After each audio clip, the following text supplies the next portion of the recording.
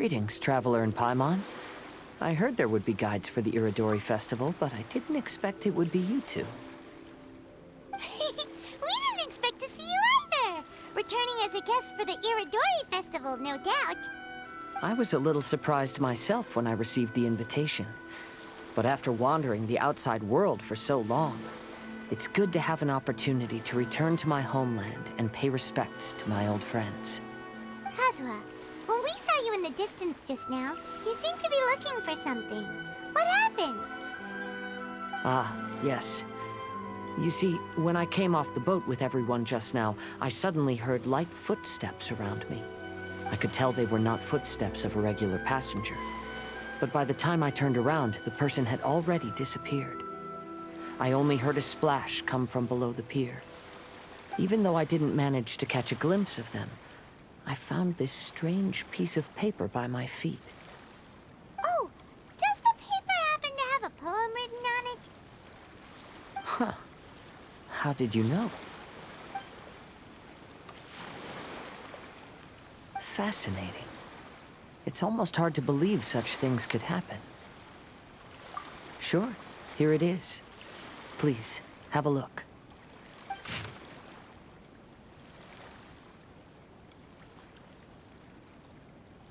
Last time, Aoi no Okina's poem ended with a reference to Akihito. And sure enough, this is a story about him. The story this time basically says that Akihito got his name from his love of red seals. However, the Shogun discovered that he had committed plagiarism, and he was soon exiled. Well, if Paimon were to rate today's story, it sounds pretty unfortunate. I don't think there's anything particularly wrong with this story. I too was once wanted as a criminal by the shogunate. So I'm not all that different from Akihito mentioned in this story. But according to the story, Akihito was exiled by the Shogun because of his wrongdoings. You did nothing wrong, Kazuha. Huh? Traveler, what are you thinking about?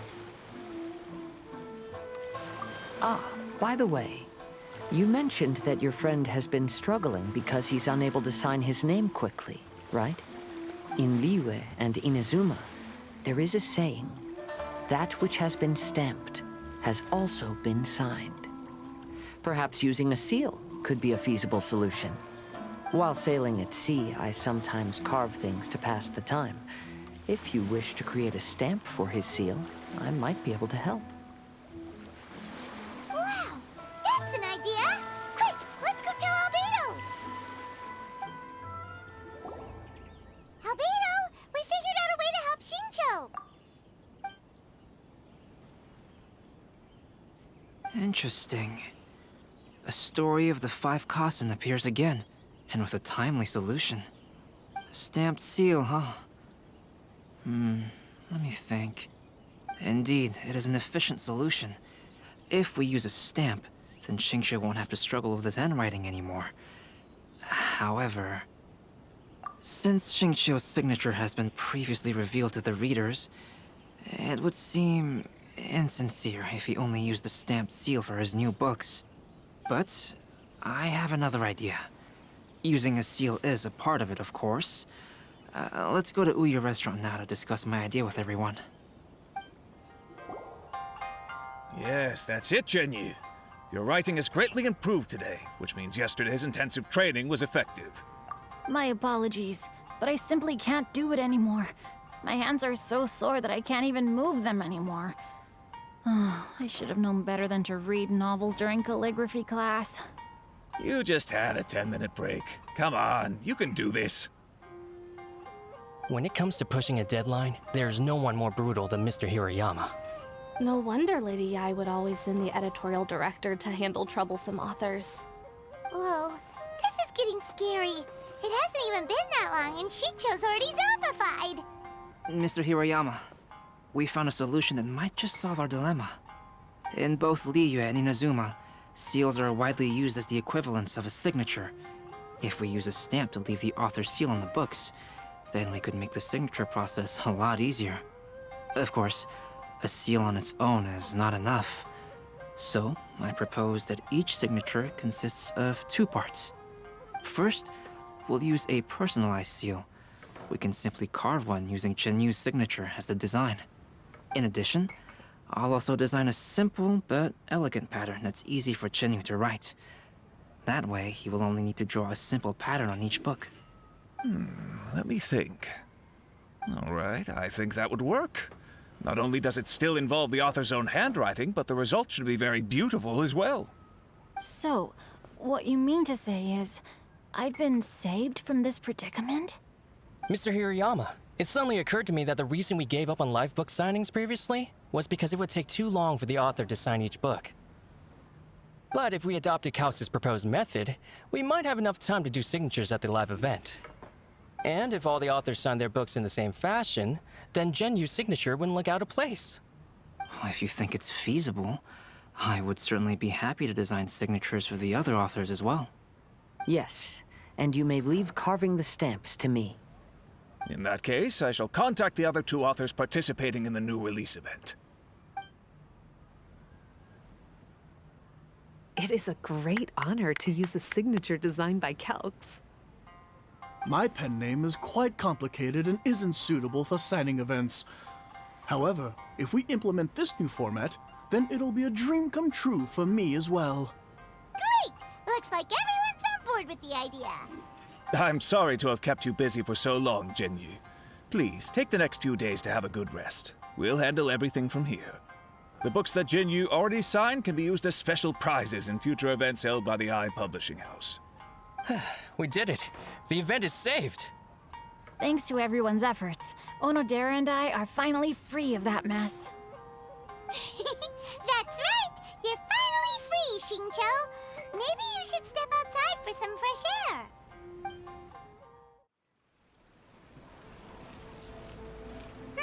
We still have some time to burn. Where should we go next? Traveler, there you are. Oh, it's Ayaka! And Venti! That's an interesting combo. I was just going to the festival venue to prepare the Ikebana lesson when I found a strange piece of paper on a flower stand. This bard just happened to be close by at the time. He informed me that you've also found similar papers recently.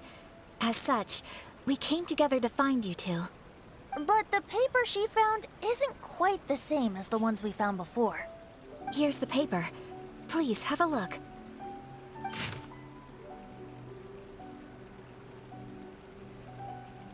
Huh. All the poems we found before were roughly the same length. But this one is only 2 lines. And even though there are only 2 short sentences, neither of them are next to the title or centered on the page. The position of the writing seems to indicate that there is other content written on this paper besides these 2 lines.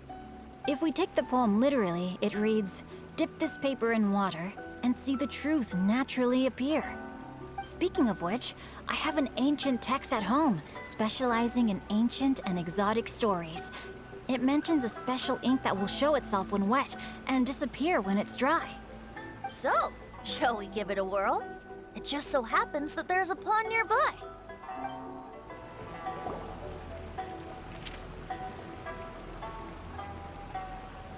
Wow, look! It's really working! More words have appeared on the paper! Let Paimon see what it says.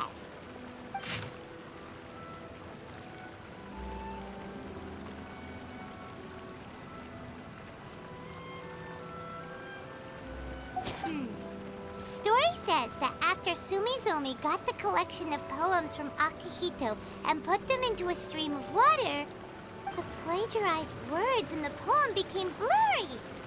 Huh? Why would that happen? You see, Paimon, in the past, when printing was not yet well developed, handwritten text could easily become smudged in books when exposed to moisture. To ensure the text lasted longer, they'd either write using a special ink or coat the paper's surface with a waterproof coating once the writing was finished. Such special inks are time-consuming and laborious to produce, and the waterproof coating could also prove just as difficult. However, since Akihito's poetry collection was an important gift to be presented to the shogun, surely one of those 2 methods was used to protect it. But as for the plagiarized poems, Not only would they lack Akihito's seal, but the words would also react differently when exposed to liquid. Which means Akihito didn't plagiarize his work. He was set up! Yes, it appears that this is the truth that Sumizome's story is trying to convey. Although the story is saddening, I've decided on the subjects to use for Akihito and Sumizome's portraits. Kazuha, Ayaka, would you be willing to be the models for my paintings? I would be delighted. Yes, as would I. There you go. The next 2 portraits should be ready in no time. Yes. And now that all 4 stories have all been collected, the story of the 5 Kasen is now fully completed.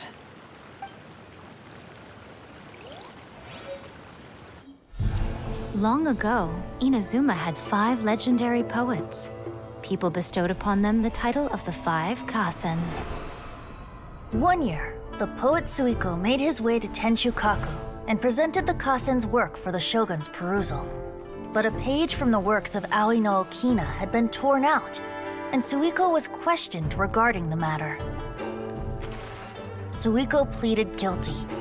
He admitted to drinking at the tavern the night before, and vaguely recalled a mysterious figure approaching while he was intoxicated. That figure was none other than Aoi no Okina himself.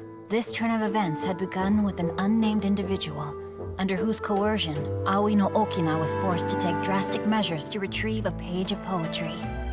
He knew nothing of this individual's true intentions. All he knew was that the poem had to do with an old acquaintance, Akihito. Akihito had once belonged to the 5 Kasen. Each poem he composed, he marked with a scarlet red seal, hence the Aka in his name. Such a distinguished writer was he, and yet one of the poems he had submitted the previous year was found to be plagiarized. Akihito was exiled for his crimes, and only 4 of the 5 Kasen remained. Sumizome went over Akihito's poems and noticed that the plagiarized poem lacked his seal. She immersed his poetry in a stream nearby, and only on the plagiarized poem did the ink run. Aoi no Okina passed by and witnessed Sumizome's doing, which he then recorded in a poem. Thus transpired the events of Suiko's poetry submission, and this is where the story comes to an end.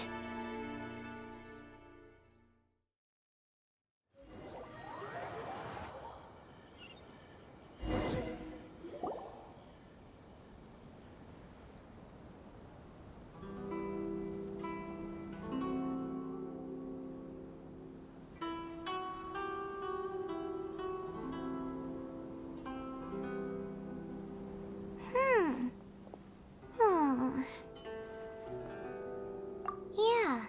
Ever since we completed the story of the 5 Kasen, there's still one thing Paimon hasn't been able to figure out. One of the 5 Kasen is called Kuronushi, right? It's just that, how could the story of the 5 Kasen finish without him appearing at all? Oh, have you really not noticed? Huh? Not noticed what? This is no time to be playing games, Tone Deaf Bard! What he means is that the story of Kuronushi was already embedded within the 4 poems. Huh? Really? That's right. The key lies in the poem that Aoi no Okina wrote after seeing Sumizome rinsing the poetry collection. An average person could never understand the scene of a young girl washing Akihito's poetry collection in a stream. Even Aoi no Okina couldn't figure out the meaning behind Sumizome's actions. He was simply reminiscing and thinking about his old acquaintances. However, for the perpetrator who framed Akihito, it was completely obvious. He was worried that if this poem was seen by the Shogun, then the Shogun could discover the truth behind the plagiarism incident. If that happened, then he'd be finished. So, in desperation, he threatened Aoi no Okina to make him tear out this poem. Which means, the one who threatened Aoi no Okina is the same person that framed Akihito! What? Kuranushi? That's right. Though there are only 4 poems, they still managed to tell the complete story of all 5 Kasen. Since the shogun mentioned in the poems is certainly not the one of the 5 Kasen, the only character left is the mysterious one with an unknown identity. Oh, okay. Paimon is finally starting to get it now. However, this also brings something else to mind. The story of the 5 Kasen has more or less reflected everything that's been happening around us lately. Which begs the question, is there a Kuronushi in our world as well? A Kuranushi? In our world? Speaking of which, I wonder if our dear Kazuha has come up with anything. Oh, right! Kazuha! He's been pretty quiet this whole time. Let's ask him. Hey, Kazuha, are you okay? You've been standing in front of this blank canvas for a while, and you don't look so good. Apologies for making a wild assumption, but has the story of the 5 Kasen reminded you of anything? Yes. A few things did come to mind, actually.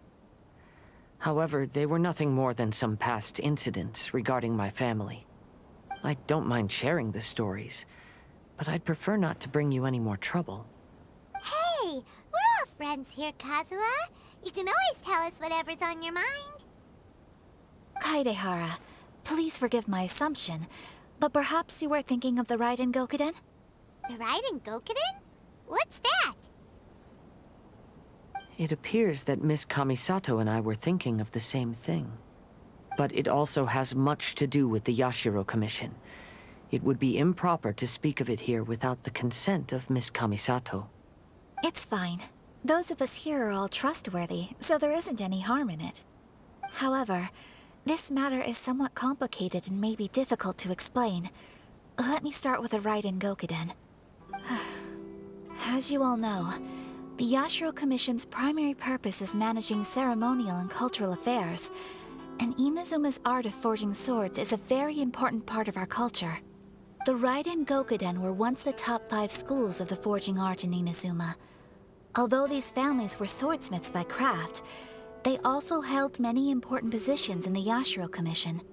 Unfortunately, of the 5, only the Amenoma art still maintains its artisan lineage. The descendants of the Ishin art are also still alive, but the craft has been lost to time. The descendants of the Ishin art are none other than the Kaidehara family.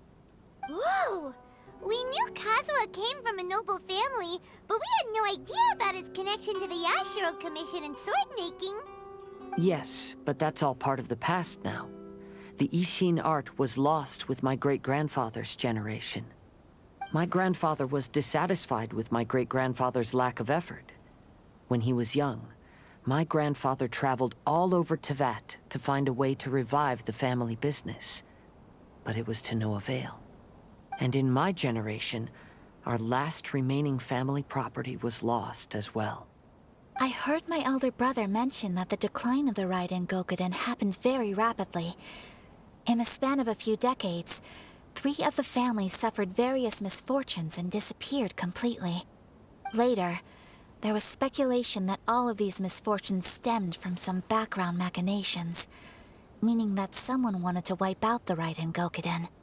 However, since not every family of the Raiden Gokuden came to ruin, such explanations were treated as nothing more than a conspiracy theory.